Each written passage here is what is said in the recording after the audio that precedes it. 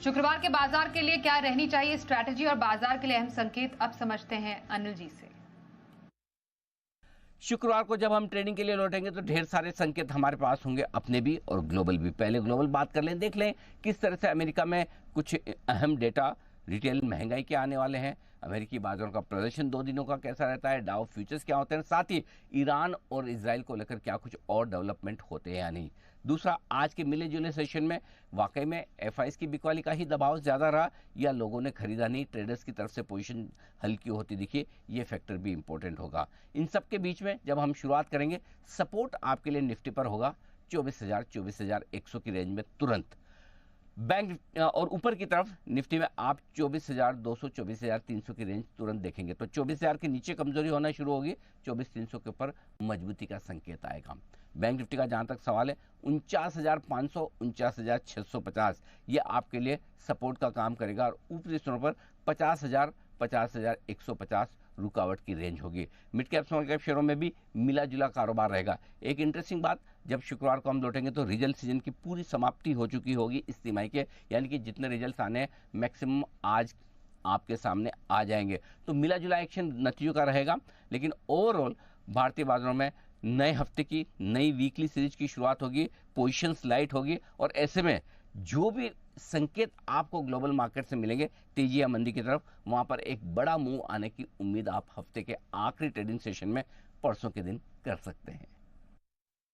हमारे आज के एक्सपर्ट संदीप जी का रुख कर लेते हैं। संदीप जी, भारतीय बाजारों में तो सुस्त कारोबार देखने को मिला, पर अमेरिका से कुछ अच्छी खबर सुनने को मिल रही है। महंगाई के मोर्चे पर राहत है, डेफिनेटली बाजार की नजर तो ग्लोबल क्यूज पर भी रहेगी, हालांकि कुछ टेंशन जियोपॉलिटिकल मोर्चे पर भी है। शुक्रवार के बाजार से क्या एक्सपेक्ट करें आप? बिल्कुल, देखिए मार्केट्स कहीं ना कहीं कुछ दिनों से डीकपल्ड हो रखे हैं। इनफैक्ट कल की अच्छी खासी तेजी के बाद भी यूएस मार्केट्स में इंडियन मार्केट्स कोई बहुत ज्यादा परफॉर्म नहीं कर रहे हैं। रीजन बीइंग कल एक हॉलिडे है और बीइंग अ थर्सडे हॉलिडे पड़ने की वजह से आप फ्राइडे को भी एक एक्सटेंडेड वीकेंड जैसा माहौल बन गया। फिर 19 तारीख को राखी है, सो एक पूरा फेस्टिव मूड और प्लस एक्सटेंडेड वीकेंड वाला माहौल की वजह से थोड़ा सा मार्केट्स लैकलस्टर होते हुए दिख रहे हैं। अगर आप देखें तो जिस तरीके का भी अनिल जी ने बहुत अच्छी बात बोली कि बिकवाली का दबाव नहीं है, खरीदारी का अभाव है।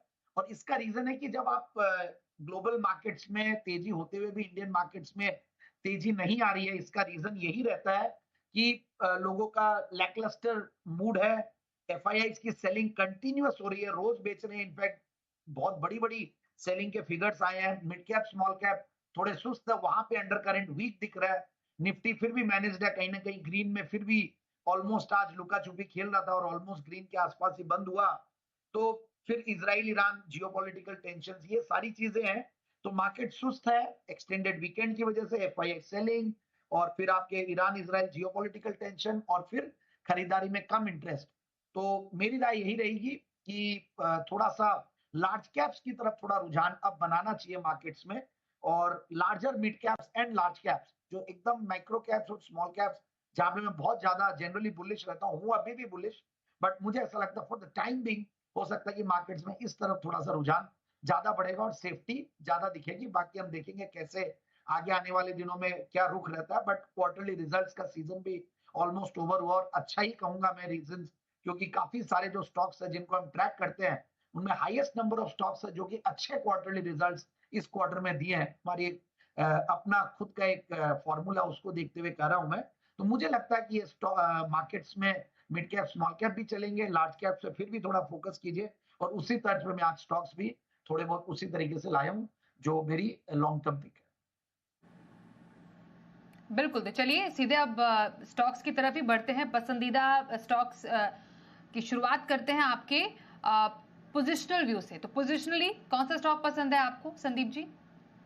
एलटी फूड्स इनफैक्ट एक बेहतरीन कंपनी, हालांकि एक्सपोर्ट्स की कंपनी है, थोड़ा बहुत जियोपॉलिटिकल टेंशन से थोड़ा अफेक्टेड रह सकती है, but yet it has been outperforming, अपने हाइज के आसपास चल रहा स्टॉक और बढ़िया नंबर्स, बढ़िया फंडामेंटल्स। 313 के लगभग बंद हुआ है और मुझे ऐसा लगता है 345 का टारगेट के लिए पोजिशनली स्टॉक को लिया जा सकता है और 303 का स्टॉक लॉस।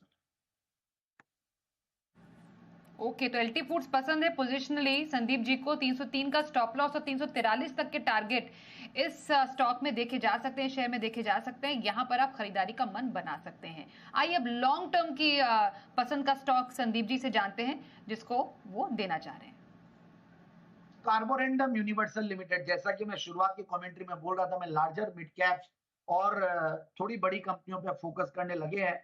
तो 30,000 करोड़ की कंपनी, हालांकि आजकल इंडियन मार्केट्स में ये कंपनियां भी अब ऑलमोस्ट स्मॉल कैप्स में आने लगी है, 27-28,000 करोड़ की मार्केट कैप वाली कंपनी।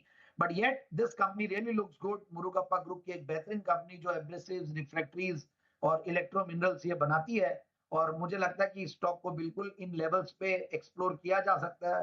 फंडामेंटल्स बढ़िया, अच्छे खासे इनफैक्ट रिटर्न नंबर्स और अच्छा खासा इनका ग्रोथ के नंबर्स रहे हैं पास्ट में भी, मतलब 21-22% की सेल्स की कैगर रही है, प्रॉफिट की कैगर भी इसी तरीके की रही है, मतलब 15-16% के लगभग कंटिन्यूअसली ग्रो करते आ रही है। और मुझे जो सबसे बढ़िया लगा कि ऊपर के लेवल से करेक्ट हुआ स्टॉक है, डेट्स को इन्होंने रिड्यूस किया है, और देख रहा हूं कि जून क्वार्टर के रिजल्ट्स वो भी ठीक ठाक थे, इन लाइंस थे, मतलब जो जून 2023 में थे उसके सामने जून 2024 में बहुत तोड़फोड़ नहीं भी है, तो ऑलमोस्ट बराबर से रिजल्ट्स है।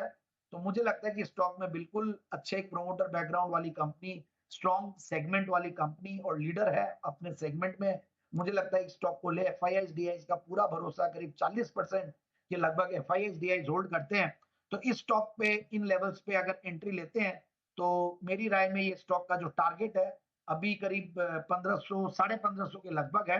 1850-1900 के टारगेट के लिए स्टॉक को लिया जा सकता है लंबी अवधि के।